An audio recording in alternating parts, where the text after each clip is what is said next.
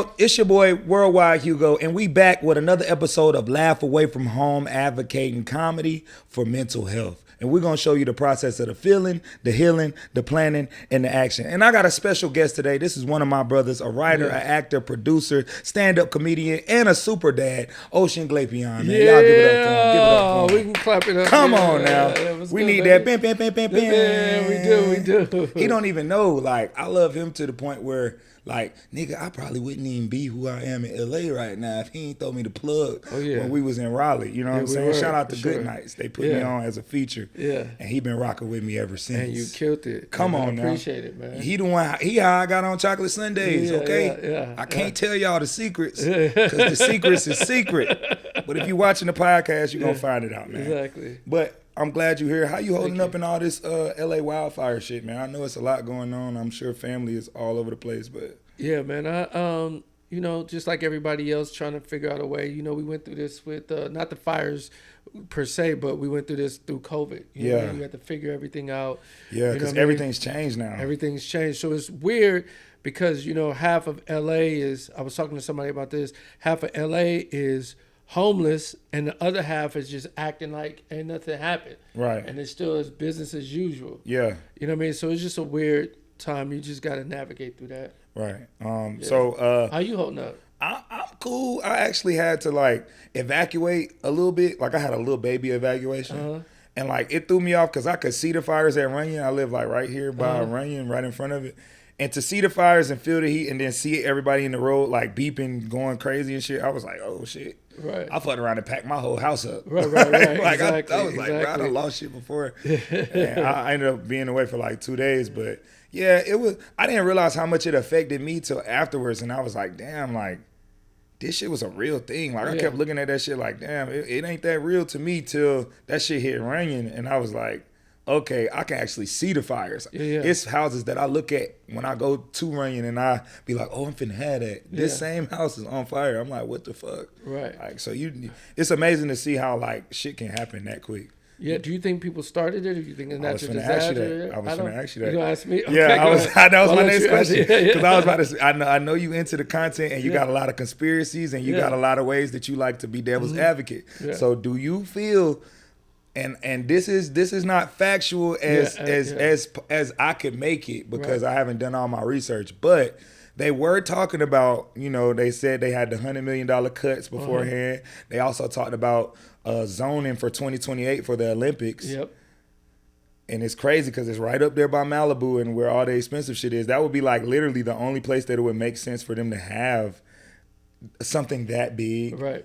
And you got enough time to actually build on it. They talking about smart houses. But is there any conspiracies you've heard of or you believe in, or like what do you feel behind like this tragedy happening? I think they want to start a smart city, right? So the only way they can do that is burn the city down, and you'll be like I mean, I'm not sure if the Palisades fires were, I feel like that has been something every couple of years happens with fires. Yeah. I have a couple of friends who live in Palisades, and one of my good friends, his had a house, and a few years ago he was really up there and trying to make sure his house didn't burn down. Yeah. And then this fire, man. So I'm not sure if it's man-made or whatever, but I think the one by Runyon's was. Yeah, they said that somebody got arrested for it. They caught it on camera. I think the ones that are starting around these different areas are, but how you feel about the two? I forgot their names, but the two people that own most of the water for California. I don't know anything. Yeah, about there's it. two individuals that own pretty much most of the water in the reservoirs and whatnot. So they had control over cutting it off and doing little stuff that they was talking about. I forgot the names. We're gonna plug their name in so y'all can look it up. Listen, it's all about money and greed. You can't. That's just the way this world is. I mean, some of the most powerful people are some of the most evil people as well. So yeah, for what you'll do whatever for money. For sure. And you got Joe Biden giving out $770 here and giving out $7 billion Yeah. All right, whatever. Yeah, so he gave $700, right? $700 for the people that lost their houses. He gave $700. $770 for people who lost their houses. Wow. But he giving close to $7 billion to the war. Ukraine and all that. Yeah, man. That's Hey, listen, crazy. It's a wild game. That's why you have to just love your life. Yeah. Live your life. I mean, no matter what's going on, we still blessed to where you're not women don't have to wear stuff over their head or they're allowed to vote. So no matter how bad it looks here, there are other places in other countries where it's way worse. Right? Worse. So I mean, you got to just look at it like that and just know that they say we're free, but we're really not, but we're freer than most. Yeah. Right? So you ain't lying. Shit. Yeah. I know I'm in a cage, but I feel freer than ever. I feel free. Yeah. So which would you rather? Would you rather be, in a cage feeling free, or would you rather be in a cage where you're not free? I'd rather the first one. Yeah. But at least I can be creative. I can be creative and do everything. Yeah. I'm in there imagining this. You know that little imaginary box SpongeBob had from back in the day? I'm in there just thinking of other shit. Right. And then they about to ban TikTok. Oh, that. And granted, the days are coming. Like it's supposed to happen. What, Friday? Yeah, something like the 17th, 17th, 19th. Yeah, so either Friday or Sunday they're supposed to get rid of TikTok, and it's a lot of people making and paying a lot of bills off TikTok. Yeah, you know what I'm saying? Like TikTok is a lot of people news. Yeah. Like when I want to take a female on a date to some cute shit, and I ain't really know the area, all you gotta do is go on TikTok, look up your area, and look brunch, look up food. It's gonna be a bunch of females that done went and did the little foodie shit for you, and they thinking you romantic, and all you had to do was go to TikTok. So I'm sad a little bit. I'm not gonna lie. But with TikTok leaving, with the wildfires, with all of the shit that's happening in the world right now, what's your priority for 2025? My priority for 2025 is I have some projects where a good friend of mine, Doughboy, we're writing together. My goal is to sell the show that we're doing. My goal is to. What's the name of the show? It's called Mixed Up. Mixed Up. It's. I won't really give the whole show away, but I'll just say it's a show that hasn't really been done on TV before, and as talented as Doughboy is, and as a writer and stuff, I became the head writer on JaVale McGee's show, and I had to hire some writers, right? And I hired Doughboy and a couple other people. And through the process of that, of us writing the show, me and Doe got close, and I learned how talented he is in writing. So we started talking about this project that I had for myself and I wanted to put out. Because I don't want to wait on anybody. You get what I'm saying? You got to go get it, bro. Get it. Bro, it literally, and that's my next question too, because like I understand that like, you are doing your own things and you're making shit happen. You're a father, you this, you that, but how does that go with you also having to kind of help the brand of others? Because I know you travel on the road with Dion Cole, and I just saw you posting your story because I be feeling like that too when I be around people and people ask me about another motherfucker, and it's like, bro, like, yeah, I work with them. Yeah, I'm on the road with them, but I have a whole brand that's worth something, and I'm trying to not only, not really compete with who I'm working with, but I'm trying to be my own type of star. Yeah, you know what I'm saying? Entity. So listen, I think me and Dion talk about it a lot, that fame is just a wild thing, and people act different when you're famous, when they shouldn't really. Fame is just an illusion, right? If Dion fell off tomorrow, would the people who act the way they act towards him now still be there, right? Right. Just think about how many singing artists that could shut them all down when they're in the height, and then they don't have a hit record, nobody even cares. Yeah. So fame is an illusion. All I was saying on my post was, people would come and text me about Dion and wouldn't even speak to me. Yeah. So they would have my number and they'd just go, "Hey, how's Dion?" And I'd be like, "Yo, you're not even asking. I live in LA as well." Yeah, I'm doing fine. Yeah, I'm just saying. So I remember this one specific girl. She just hit me and she was just like, hey, is Dion okay? And I'm like, hey, thanks for asking. I'm doing well. Yeah. And she's like, is this Dion or Ocean? I'm like, it's Ocean. She was like, oh, it's just the way. I'm like, well, you didn't even ask me how I was Did she really doing. think Dion was on your page answering? Man, dude, and this was my number. Oh shit! It was my number. She talking about, is this Dion or is this Ocean? And I was just like, so I got like 20, 30 messages like that, which all I was saying on my post is, if, at least speak to me first.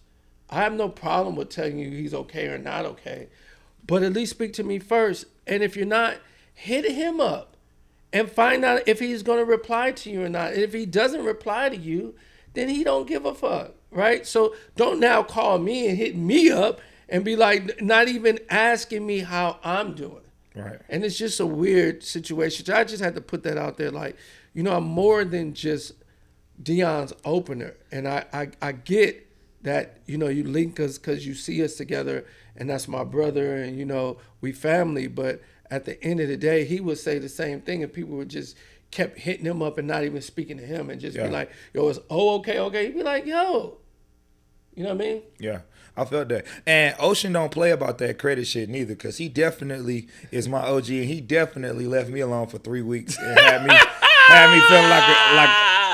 feeling like the episode of Martin. I'm like, what happened, bro? I thought we was rocking. He like, nigga, you don't care about me. Yeah. I put your stupid ass on and you ain't want to give me no fucking credit. I'm like, damn, now that I think about it, that was really fucked up. But genuinely, bro, I'm pulling up on you tonight. I ain't want you to feel like that. But yes, give credit when credit is due, man. It's a lot of motherfuckers working hard. That's why I'm never mad when people address their name. Like, your name and your brand and what you're doing for people really matters. And if a person is going to benefit from that, they definitely should talk about how they, how they took the steps to get there, because that shit matter, bro. Yeah, real. I don't necessarily, and so I want to clear it up too. I don't necessarily know if I don't need credit. Like, credit isn't a thing. Like, I'm not doing it for credit.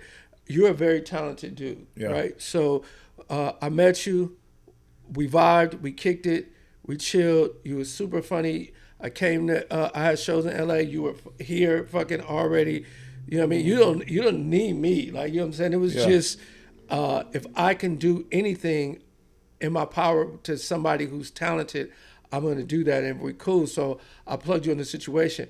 Where I was a little upset was that you posted about it and gave all this shot and didn't go, you don't have to. Yeah. But if you are going to do that, then at least say, and that's what my thing was. Yeah. And I felt bad because, like, the people I was giving credit to were people that were in my earlier, comedy. Mm-hmm. And because I was still going through the motions of dealing with getting to that, I didn't necessarily want to name drop right. early. So I didn't even know how to play that, because, like, a lot of shit out here in Hollywood is different when you start name dropping and people working with people, and you never know who like who or who don't fuck with who or who, you know what I'm saying? So LA is weird. Yeah, I appreciate you though. I got to say that. I'm going to say it every time. I'm going to bring it up. I appreciate you too. I love that you're super talented, you're super funny, you also a hustler, you're not waiting on nobody, you out here getting it. Yeah. And that's what I'm drawn to. I'm drawn to people that are, out here getting it. If you look at who's successful, it's all about your closest people, right? Yeah. And if somebody's not hustling, somebody's not trying to get it, then I don't even want to be around that. Yeah, that's 100. That's 100. I mean? So you write, you produce, you travel for stand-up. Which one brings you the most mental relief out of everything you're doing? The most mental relief? Yeah. Man, I love that's an interesting question and great question. I love stand-up. Stand-up is I love being on the road. So I guess I can mentally be relieved as I'm flying to the cities that I'm at, right? Mm-hmm. So I love just going and being able to touch the people, being able to sell out shows, and just having a good time on the road. What's your favorite place to perform? DC for sure. Ooh, DC for sure. I ain't gonna lie. DC, the food, the women, the everything. Oh my God. Yeah. If you go on U Street past 9 p.m. on any day, you're gonna see your wife out there. Let me tell you, DC, the reason why I like DC is because they're very they're interesting as far as they're very knowledgeable. about the things that are happening in current events, right? Yeah. But they're also ghetto as well. I'm talking about all the races, and I'm not just talking about black. I'm just talking about the races of people. Yeah. They're very knowledgeable, and they're very hip to the way the world goes. So that makes for the best audience. So they come out, they laugh, they have a good time. Anytime you go to DC, you're gonna eat good, you're gonna fuck good. You know what I mean? Man, it's a great time. I'm having a flashback. Yeah. DC. It's crazy. I love DC, and then I love San Francisco. Okay. San Francisco is the same as a baby DC in the fact that they're very knowledgeable, but they're very, up on current events and the different things. You don't have to change your set. Yeah. You know what I mean? They gonna understand what's going on. Yeah. All right, bet. Worst city, dude. You gonna ask me worst city? Nigga, yes. That's how much we locked in already. Yeah. I don't even know what you guys feel like. Really Memphis without question. Yes. Memphis. It's the worst. Man. I fucks with Memphis, but I fucks with Memphis on the food and the women and just going. But as far as got like some thick bitches in Memphis, I ain't gonna lie. But as far as like telling jokes, man, let's just get this money and get up out of here, baby. Yeah, man. Memphis was a rough one. I think Little Rock, Arkansas was all right. Like the people out there were like, it was like a country ghetto. I had never really experienced like black folks that ain't really know what was going on, but that was ghetto as hell. Right. So it like Little Rock and Memphis, like they right there together too. So another place, let me see. That you think is bad or good? Which one is your favorite city? My favorite city to perform in, I ain't gonna lie, I really love performing in Chicago. I really love performing in the Bay Area anywhere, to be honest. I like the Bay Area. And DC, like I've had a lot of good experiences in the DMV area just in general with comedy. Yeah. Even from like the Virginia Beach area, the Richmond area, the whole DC, Virginia, Maryland, that little area, I like that area. Like I could almost probably live in that area, to be honest. Yeah. Right. In that, it's funny that you say like the Bay Area, in those pockets like Pleasanton, Oakland, like Tommy T's. San Francisco. They're all, they have Cobb's in San Francisco. They're all dope, but they're all very different. Mm-hmm. The people are very different. The vibes are very different.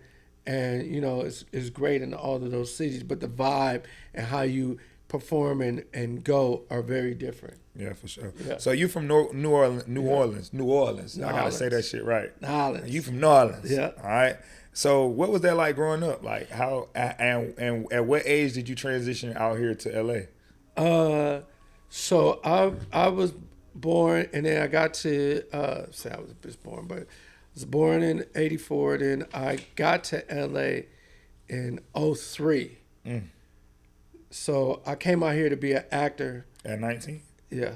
Came out here to be an actor. That boy can do math. Yeah.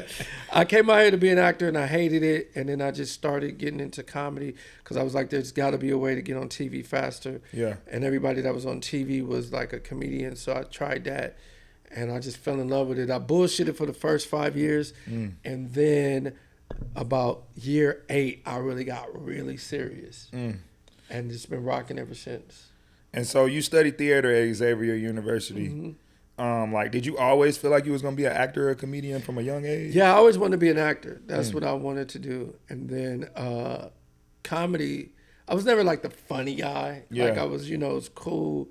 I could be funny, but I wasn't the funny guy.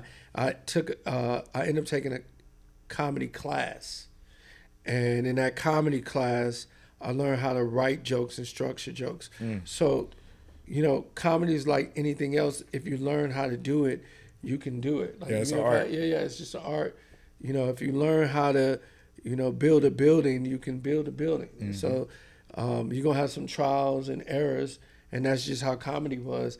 I had trials and errors, but I knew how to structure the jokes and make the jokes mine. And then it's all about whenever somebody, like a young comic, asks me about how to get successful, I just tell them you just get on stage as much as possible. Yeah, stay your ass on stage. Stage is going to be I don't give a fuck how you get on stage, you just get on stage. Bully your way on stage. Yeah, I mean, just get on stage and be on stage as much as possible, and you're going to learn everything you need to learn. I love that. Yeah. Y'all hear him. He giving gems. Yeah, Some of y'all don't yeah. understand. Y'all be asking me how I did it. Yeah. I hounded niggas till they told me stop asking for stage time. Yeah. I hounded niggas till they seen me somewhere else on stage and was like, yeah, you got that energy. I hounded niggas till I didn't have to hound niggas. No, that's facts though. Literally. Facts. You are, I mean, I ain't gonna even, I'm telling you this and you probably didn't know this, but even in my, like, fucking with you, like, I started going, yo, he will ask. If it's something you want, you ask. Like, you're like, yo, and you won't lead up, like, let it go. You know, sometimes, you know, what I learned from you and, like, little kids is, like, the same. Like, little kids, if they want something, they're going to ask as many times until they get it. They don't really give a fuck how you feel about it or how they look. Yeah. And that's something I learned from you. Like, you want it, you will keep asking and asking, and it's not in a bugatory way. Oh no, I wasn't even looking at it like that. I was gonna piggyback off it because, like, I move God like, right? I move in a lot of faith, and in the Bible it talks about being childlike, not childish. Right. So, like, being childlike is, you know, being able to forgive quick, being able to love quick, being able to have ideas, being able to ask when you need. Right. So just being able to form relationships based off of, like, being childlike, I think that's a beautiful thing. You know what I'm saying? So love it. Hell yeah. So love your podcast room, hey, too, man. It's good, man. Yeah, I'm out here. Man, this nigga a professional. Professional. Let's go. You know what I'm saying? Yeah. I see you a huge sports fanatic. I see all the content online. If y'all don't follow him online, y'all need to get up on the motherfucking Bronny James talk and all the rest of the sports talk, because the shit be, as soon as the shit happen, it's on his Instagram. All right, make sure y'all follow him at OCEAN GLAPION. But you're a huge sports fanatic. Did you play sports as a kid, or were you athletic? I did. I played basketball as a kid. You look like a hooping. Yeah, I hooped. I'm done with hooping though. Like, my boys was talking about, you know, playing in a 40 and over league, and I'm like, are you fucking crazy? What does that look like? It looks like slow as hell. Look, that's what it looks like. It looks like these niggas is playing in quicksand because they old as shit. Like, I'm not playing basketball no more. I play against, you know, my son. And I play very slowly. I'm not trying to tear nothing. Yeah. I work out every day, but when it comes to, like, sports, I'm done with that. Yeah. I remember somebody was trying to do flag football and all this. I'm like, I'm not going out there tearing up shit. Yeah. You know what I mean? I'll watch. Yeah, for sure. Yeah, I'll watch and talk shit about it, but I'm not going to play no more. But I play basketball, play a little bit of baseball. But what position in baseball? First base. All right. First base and shortstop. Yeah, you was all right. Yeah, I was all right. Yeah. But they ain't putting no bullshit on first base. No, they not. Ain't no bullshit in shortstop either. You gotta be real connected to the game. But, you know, my mom wasn't really into me and my brothers playing sports, so I had to sneak play it, and it wasn't worth the ass whipping, so I wasn't, you know. It goes that way. It's either play the sports or get this ass whooping. Yeah, I'm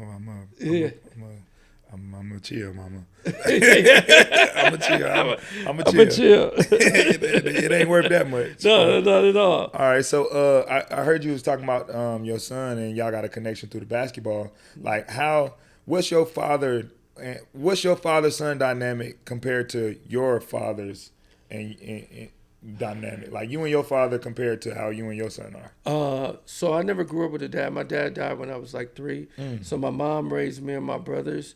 So my dynamic with my son is that we are super cool. Like, that's my man. Like, we really, I'm his parent first. Yeah. But we talk about everything. I can tell him everything. I give him life lessons what I've gone through. And he seems to listen to that. You know, a lot of kids don't want to listen to what their parents, or they might feel like their parents are too old to be telling them whatever. You know, I'm not sure about how your dad and mom was, but, you know, when I was a kid, I just thought my mom was so much older than me. So I didn't want to, you know, listen to her and what her life experiences was. And that's the great thing about my son. He's not really on that wavelength. He, you know, listens to what I have to say, and, you know, I was telling him recently because he was telling me about the girl he was dating, and or he got with, or is sort of getting with, and then he was just telling me a list of all negative stuff, not even negative, but just things that's happened to her in her life and personal life, and I won't put that out on a podcast. But what I said to him was, she might just need a friend, right? You're too young to be dealing with that. Yeah. You know what I mean? Like, you just need to be her friend, you know, and you need to comfort her and that. But as far as being her man or being in a relationship, first of all, you're too young to be. How old is he? He's 14. Oh, yeah. Yeah, it's too young. There's too many life experiences, too many girls you're gonna meet, different situations. You don't want to get caught up in one, and then At 14, I was smelling my fingers. Exactly. So but the great thing about me and my son, we're able to have the conversations. So it's not like I think my mom was. Well, I could never have told my mom. Yeah, because it explodes. She only hear the negative part of what you asking. Right. She not trying to hear that you trying to work through it. That shit don't matter. Right. Why the fuck are you even thinking about that? Right. Yeah. I love that. Yeah, my dad's situation, like my family dynamic, like I was raised by my mom. My dad is alive, but he wasn't really in my life. And I got 33 siblings. Damn. Yeah, he got 22 baby mamas. Wait. Your dad has 22 baby mamas, 33 children. He's worked in probably all 50 states. Like, he was like a road manager and a bodyguard for like artists and shit. He used to work with Nelly. He out of St. Louis. So if you see anybody big that look like me, they're probably my brother or my sister. All my sisters look like me too. Does his dick still work? God damn. Yeah, bro. It's probably green. God damn. So he just out here in these cities just giving it to him raw. The crazy part is his birthday is St. Patrick's Day. Wow. 33 kids? 33, bro. What's the oldest? I'm the third oldest, and I'm 30. So I think 36. Yeah, and my dad he might be 55, maybe 54. How do you even I think his first kid was at like 18 or 17. Yeah, you can't even wow. Yeah, like it's a birthday every 16 days of the year. That's crazy. Sometimes 2. That's no more than 16 days. That's a very interesting story that you should write a book or a movie about. Yeah, we figuring it out. It's all gonna be there. But enough enough about me. Okay, we getting the fuck out of there. Get out of there. This is not about me. Okay. But out of everybody, it is about you when you got fucking 32 siblings. Shit. Hey, out of everyone you work with, who in the game gave you the most game? Dion, without question. Sure. Dion is a very smart individual, and we have a lot of conversations on the road. And I've learned a whole lot. I've learned how to be, how to act, how not to act. I've worked with Dion for 8 years. So, you know what I'm saying? When you're working with somebody so long, you guys through all the specials and all that. All of them. So, just being close and, I don't ever think we would ever fall out. I just been watching this Jim Jones and Cameron beef. Which is so fucking weird because, man, come on, bro. Right. So y'all love each other for real. Right, they do. And I'm just trying to figure out if, I don't think me and D would ever get to that point because I think we just have genuine love for each other. And I never believe that those guys, they had to have jealousy between them. That shit got something to do with bitches. Always. Money or and bitches. Yeah. Because it's still a dick measuring contest. They both still going back and forth talking about who did what for who, and you slept on my couch, or we taught you how to rap. And it's like, at the end of the day, nigga, y'all was hugged up and fucking with each other for a very long time for a reason. So yeah, you know what I'm saying? It's just I've learned so much from D because like I said, we've worked together for 8 years, and like the saying says, show me how, show me a successful person or an unsuccessful person, and I'll show you the people that they hang around. So hanging around D, even if he's not telling me, I'm watching how he moves, how he deals with situations, Right. how he deals with people, and how he deals with bookers and agents and managers, and Right. just watching him has given me so much game. Oh, I love that. Okay, so what would you say was the most pivotal point of your career, or like when did you finally have that aha moment? Like, whoa. Oh, that I know I could do this and make it. Is that what you're saying? I feel like you had that in you from a Right, young right, age right. that you was gonna make it. Right. But when was the moment that you kind of stepped into the new level where it's like, oh, okay, I've unlocked some shit that I didn't realize was gonna happen like this. I think when I bombed on BT One Mic Stand, it didn't have to be. I think my growing up and where I noticed my biggest growth is how I acted after I bombed. So, and that's one thing I tell my son, like, you can, everybody's going to fail. Yeah. How do you deal with failure though? How you deal with failure is what's going to separate you. How do you How deal do with I failure? deal with failure? I just get back up and keep moving. So what's your first step? First step is to recognize what happened. So you got to compartmentalize. I don't know how to say that word, but you have to Compartmentalize. compartmentalize the Caramelize. caramelize. No, I'm talking shit. No, Compartmentalize. You have to compartment, whatever that word you said. Yes. And you have to see where you went wrong, and then you have to, you can think about it, and you can be upset for a day, but then you got to get back to it. Yeah. And you got to not worry about what people think, judgments, or any of that. You got to think. I always go back to the time that Kobe Bryant shot 3 air balls in Utah. So that could have either did one. He was in the playoffs. He shot 3 air balls. They lost the game. They got kicked out of the playoffs for that. He could have went home and just been a regular player, or he learned from that and worked hard on his game so that it never. They said he didn't leave the gym that night. He stayed in there and was shooting shots all night. Right, and that's how you have to choose. That's how you have to choose to deal with failure. Yeah. Because failure can eat you up, but failure really doesn't exist if you don't let it exist. Right. Failure is all about your learning from that. Hey, listen, I did this. All right, now what do I have to do to make sure this never happens again? Right. What do I have to do? And that was what I did on One Mic Stand when I bombed. And then the next time I watched and figured out what did I need to do. Yeah. I had, they picked me up, and I gave myself excuses when this all happened.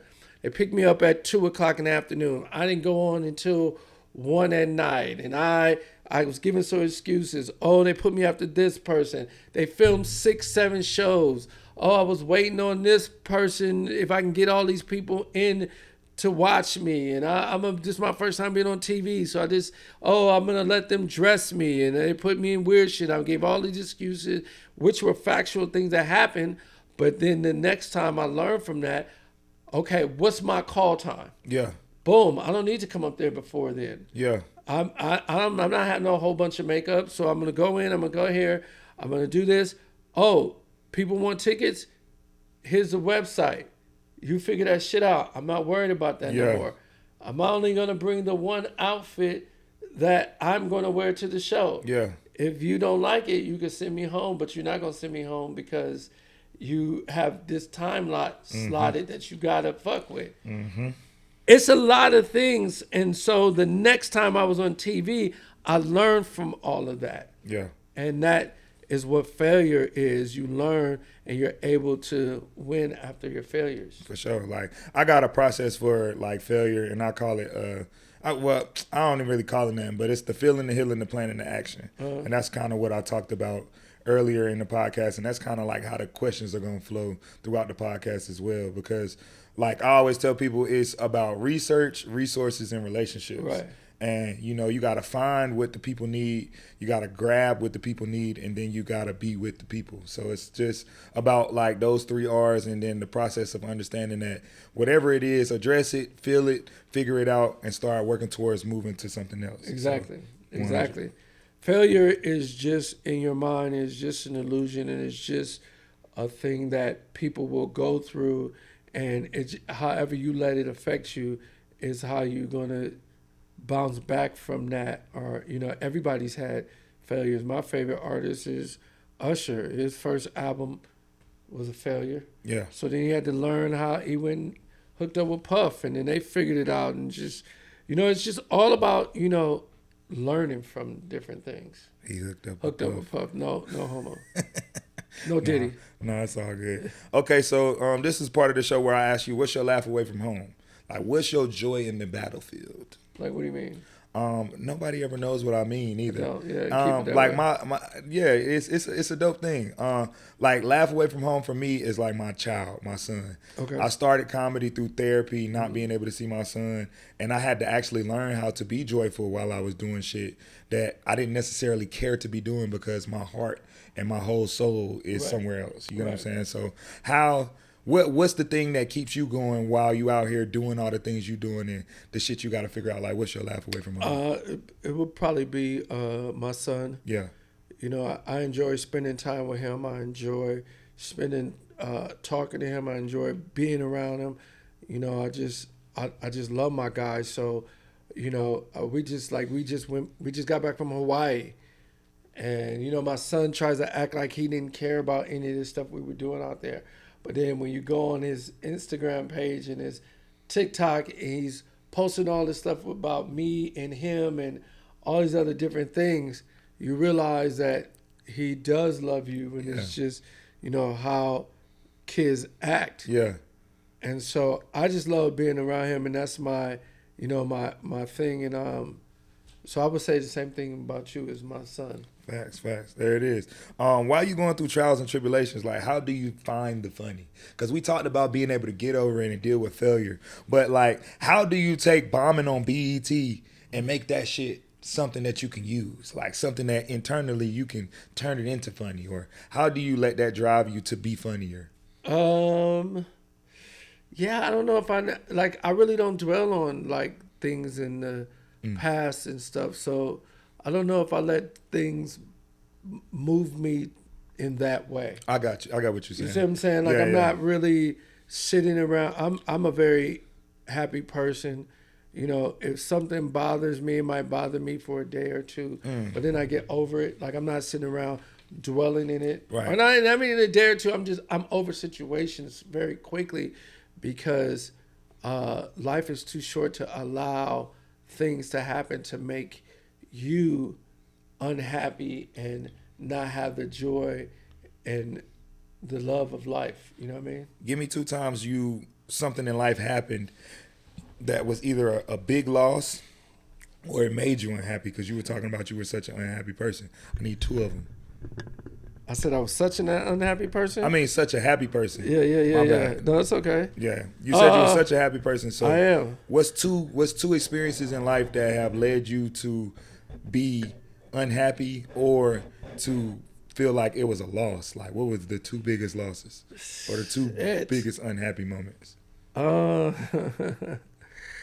This is gonna sound funny. I'm just trying to think of what it is, but I wanted a girl, but I got a boy. So shit! You don't hear that from fathers. No, I wanted a girl. I wanted crazy. a girl so bad. I'm not when me and my son's mom, we were together at the time. Yeah, we were together at the time, and the doctor told us we was gonna have a boy. I started crying. I don't even know where the tears came from because I wanted a girl so bad. That's crazy. You do not hear that from Yeah. But I am now so happy. Yes. That I have a son and not a girl. Your daughter would be 14. 14? Prime high school. I was having sex at 13. Me bro. too. Me so 12. It's like to even think, and phones and all that shit didn't exist. Yeah, like you had to really do some off the wall shit to even get along with a motherfucker. Yeah. Now you got so much access. Parents at work all day. Now I can imagine having a girl, so I'm so happy. Another. I don't know. Dig it out. You got it in You know what? Probably when Hurricane Katrina hit New Orleans. you know, it affected so many people. Yeah. You know what I mean? Like, that was a rough time in my life. I had to go back and help my family and stuff like that. So, because I was already here, but I had to go back. You know, so that was a trying time for me. Yeah, even for me, and I didn't even have family out there, but that was the first time being alive where I knew what devastation was, and I could see it and I could empathize. Like, I was feeling that shit, like seeing videos of people swimming and doing shit, and people on top of their houses and the water up to the second floor of the house, and like craziness. Because some shit just happened like that in North Carolina. Like, it's on the other side of, I think, Asheboro and somewhere else. The mountains, right? There's like a river reservoir, and there's no let out for that. So like it like literally flooded the whole town. Everything's gone. It's almost like how the Palisades out here with the fire, out there with the water. Like, people, they had like 40 feet of water, bro. Damn. And they were trapped in between two mountains. So it's like all the water just coming and sitting in like a big ass pool. I don't know which one wouldn't want to fuck with more, water or fire. I don't know. That's a hard one. Fire, you can't even. Fire, you gonna burn. Fire, you're gonna burn. Yeah, but you're gonna go into shock and it's over with. Yeah, you're right. But we had drowning. Drowning is, oh my God. I was like, yo, and then somewhere like New Orleans, nigga, where you got the bayou with all the fucking crocodiles and all that shit. Yeah, man. Listen, I was in Hawaii with my son, and my son, he like a little fish, and he gone. We went to go watch the turtles in the middle of the ocean, right? And you go and you put the, you know, snorkel, snorkel and all that, right? And, you know, I hadn't gotten to water, real water underneath water. Yeah, like the ocean pressure is different. Yeah. But I hadn't got into it, the water, in such a long time, because, you know, I was drawing my hair on at the time, so I wasn't trying to get the wetness, you know what I mean? I wasn't trying to fuck it up. But now that I got hair, I don't give two shits. So you see where my next question is. You've been doing this to me all night. I was telling him, I was like, I don't know why I'm writing shit, because we're going to flow, We're going to flow. But yeah, so it was like, I was able to get into the water, and I hadn't been in the water in so long, and I forgot I was black and got in the water, and I was like, oh shit, like, I'm really in the ocean. And it's real shit out here. Yeah. I had to really catch my breath. As soon as you hit the water, your body go in shock, bro. Yeah. You almost feel like you can't swim. You're like, what the fuck? This feels crazy. Yeah, exactly. You can feel the weight of, bro, you like, oh, hell nah, it's some shit in this water. Exactly.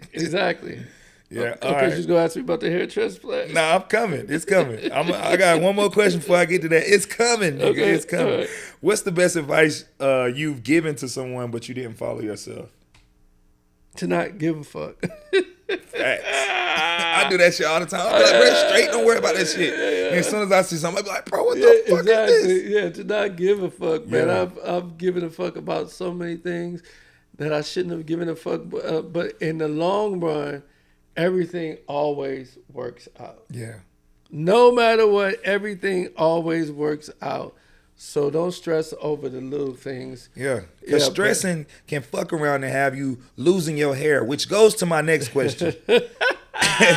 How that new hair going for you, man? Pull it off for me. Let me see something. All right. Damn. But listen, my hair's great. I cannot complain. I love it. See, I met him when he first got it. Yeah. And like he was going through the thin preliminary. Like it was like you could see he got it and you could see it coming in. But like to see that shit now where he mohawking out, I seen him tell a joke and rub through his shit like a white dude. I was like, yeah. That shit is long now, man. Yo, I'm a year in, and I have to be very clear to people. A hair transplant and hair plugs are different. Are very different. Like they going and putting the follicles in your head. Right. That's what they took it out the back of my head, put it to the front. It grows.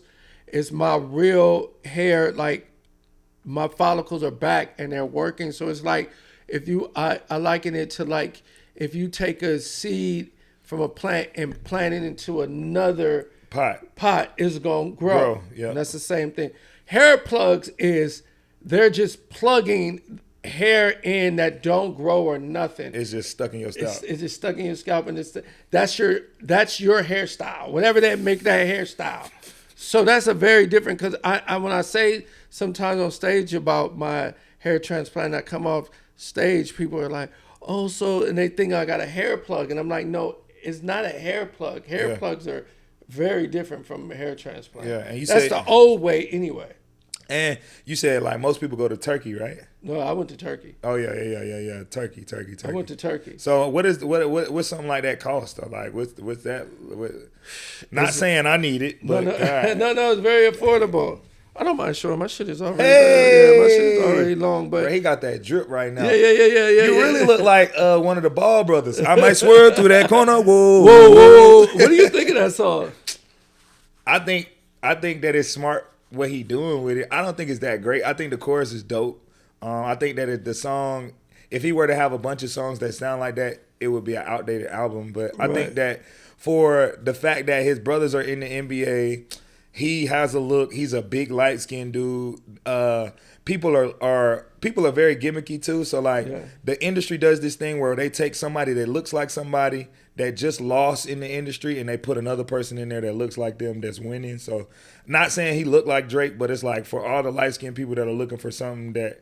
Not saying that that's what that is because no colorism, but the way the industry works, like you got this light skinned guy, tattoos. He definitely comes from a family with money. He's not like a thug or nothing, but he's creating an image for people to see it. And that's kind of what the industry does. They push that envelope because it's a bunch of artists that are way better than that have been putting quality music out for forever that will never be seen. Right. Because all it took was for him to have that clip, and your brother in the NBA, now you got all the sports players posting it. You got football niggas posting it. It ain't but so much you gonna do but win. You got, and they said Def Jam just offered him $13 million for the song and for him to do like some shit with them. So, you know, even with him having money, it's smart for him because I mean that is just gonna bring his music career up. He wasn't gonna do nothing Def Jam worthy with the song. So now that he has that, I feel like Well, to answer your question about Turkey and how much it's costing, America is a ripoff. So if I got 5,000, just to give you a perspective, I got 5,000 grafts taken out. And put. In America, if you get 2,000 grafts, it costs you $25,000. In Turkey, I got 5,000 grafts for $3,500. Damn, it's all double up.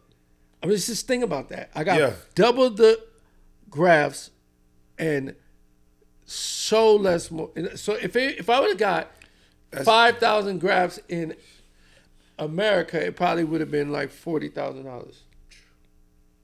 So, I mean, I tell everybody go to Turkey. Yeah. They're the number one place to get hair transplants anyway. Yeah. So go to Turkey. The flight is going to cost you about $1,000 for flight. They pick you up. They bring you to your hotel. They pay for the hotel. They pick you up to go to the clinic every day. You're going to be there about 3 days. Does it hurt? No. Was your head sore? No. I mean, when I got home and about 3 days later, you know, my face swelled up. Oh. Because it's a procedure. Like, it's, you know, it's trauma. It's not like... It ain't no cute shit. No. This is a real procedure where they cut your head and they take shit out and put it. It's a 12-hour procedure. So it's not like... So you're not up. You're not up in there. Oh, yeah, you up. Nigga, you up. I was watching TV. And they was like cutting your head? I laid on the mat. Oh, my God. You can hear it. No. I was sitting there. That took 6 hours to get everything out. And then I was asleep. And then I woke up. I had lunch. Now it was time for them to put it. And so I was just watching TV. And I had two. It didn't hurt? They ain't have to numb you in there? Yeah, they numb you. Oh, okay. But the numbing. The shot is what that the main shit worked, thing though. that shit worked. Yeah, you ain't feel shit. No. Bet, okay. So I'm just sitting there watching TV and they just do it in my head. And I got the DHI, which is a better version. Yeah. There's the FUE and the DHI. The DHI is they implant it with this, procedure. Yeah. The FUE is they cut and put it in, so it works better with the machine that they use. And it was, I just sat there and just watched TV. Okay, so with the new hair, Yeah. You know, and shout out to the national commercial because I saw that too. Yeah. You know Two national commercials. Come on, 2 of them. Don't leave me out there. Nah, two yeah, national. 2. 3 on the way for real. Yeah, I got you know what I'm saying? New hair, new commercials, and you had the new weight loss journey. Like, how is all of this?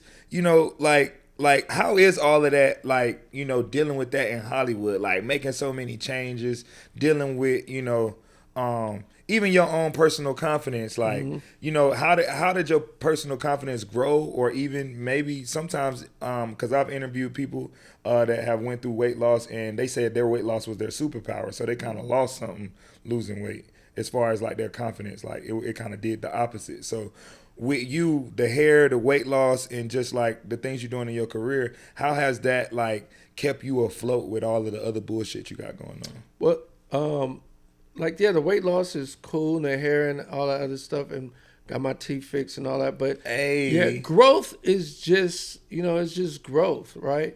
I keep saying it like this, you know what I mean? This life go by fast. Yeah.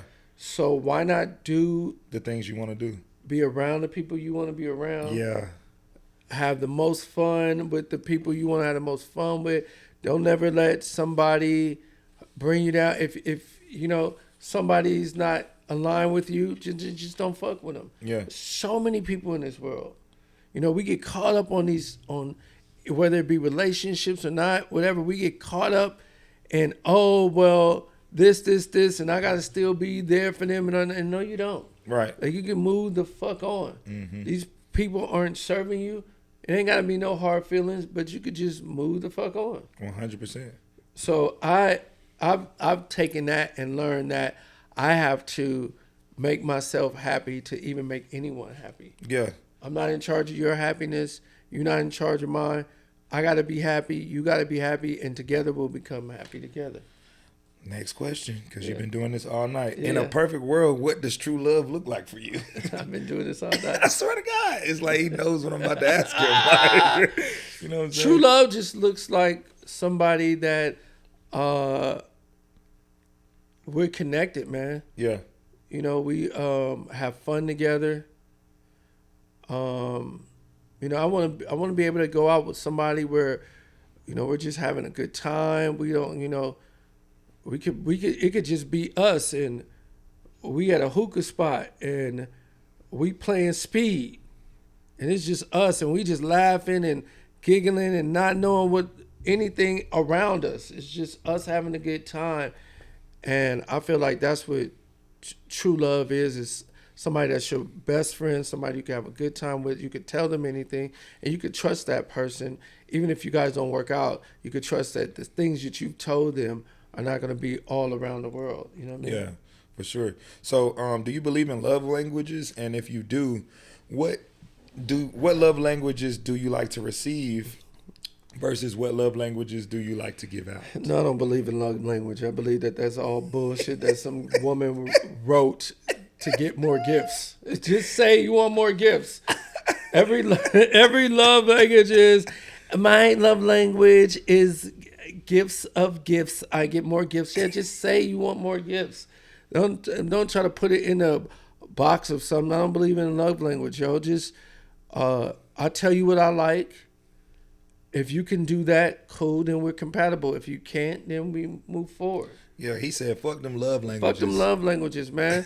Motherfuckers come out with new shit every week about something. You're overstimulated. Yeah, oh, yeah. It's just, just like, listen, my love language is gifts. Yeah, everybody's love language is gifts. Like, you know what I'm saying? It's just like, just say, I want a motherfucker to buy me something. Yeah. You know, and then just go from there. Because if it's gifts, it wouldn't matter what the gift is. If I gave you a packet of hot chocolate, it's a gift. Yeah. You should be happy and excited about that, right?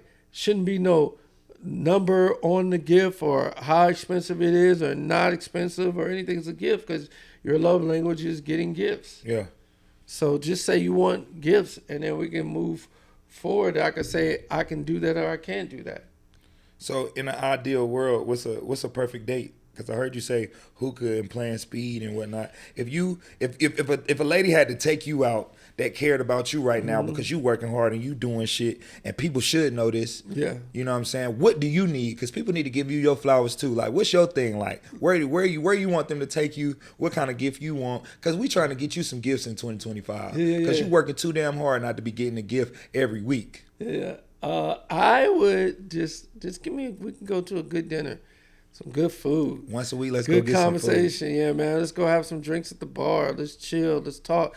Let's people watch. Let's talk shit about people. Let's just, you know what I mean? People watching is my favorite thing to do. Favorite thing. I love the people watch. Like, if you people watch with your loved ones, that shit will really make y'all bond so strong. Yeah. Oh, man. Yeah. I'm trying to tell you.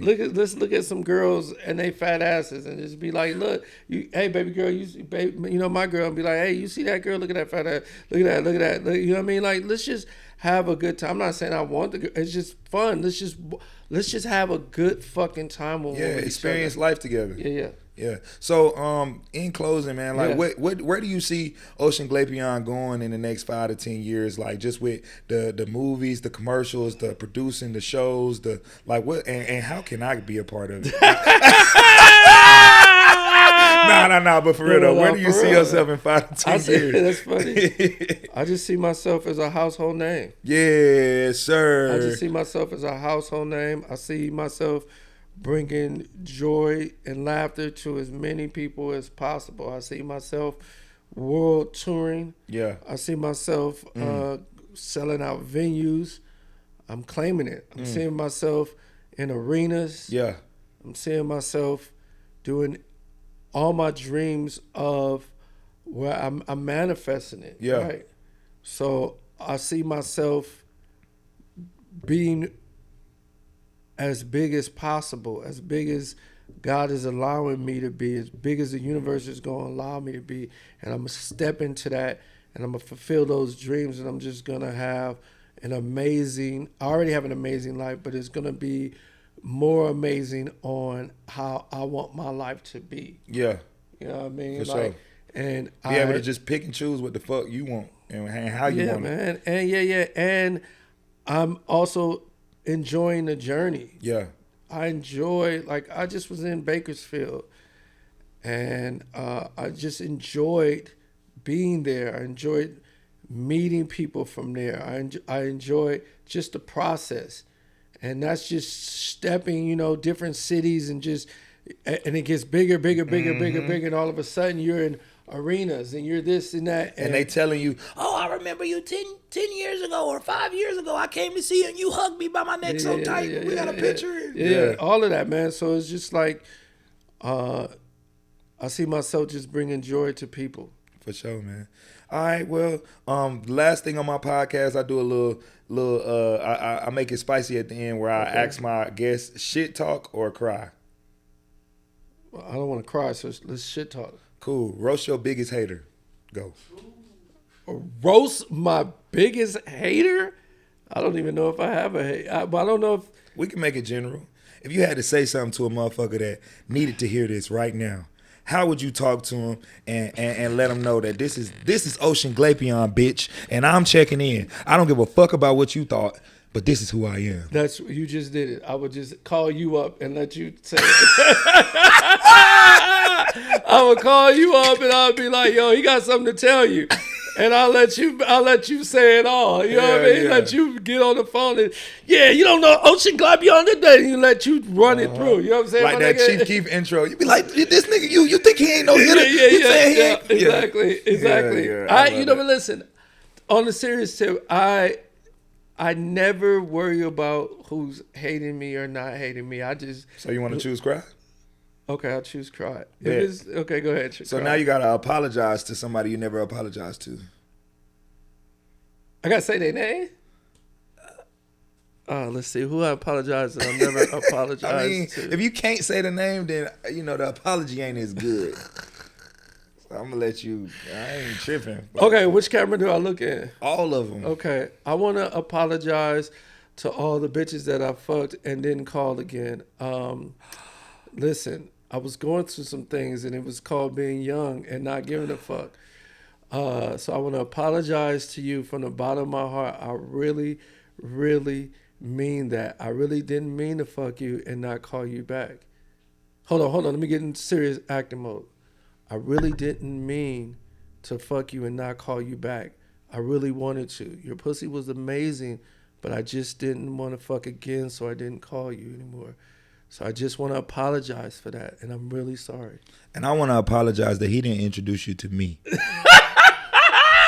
So with that being said, this is the end of the podcast, Laugh Away From Home, advocating comedy for mental health. Yeah. It's your boy, your auntie's favorite host, Worldwide Hugo. I'm here with my guest. Yeah, OCEAN GLAPION, baby. Hey, man. And remember, before I end, it's already all right. I loved it. This was great.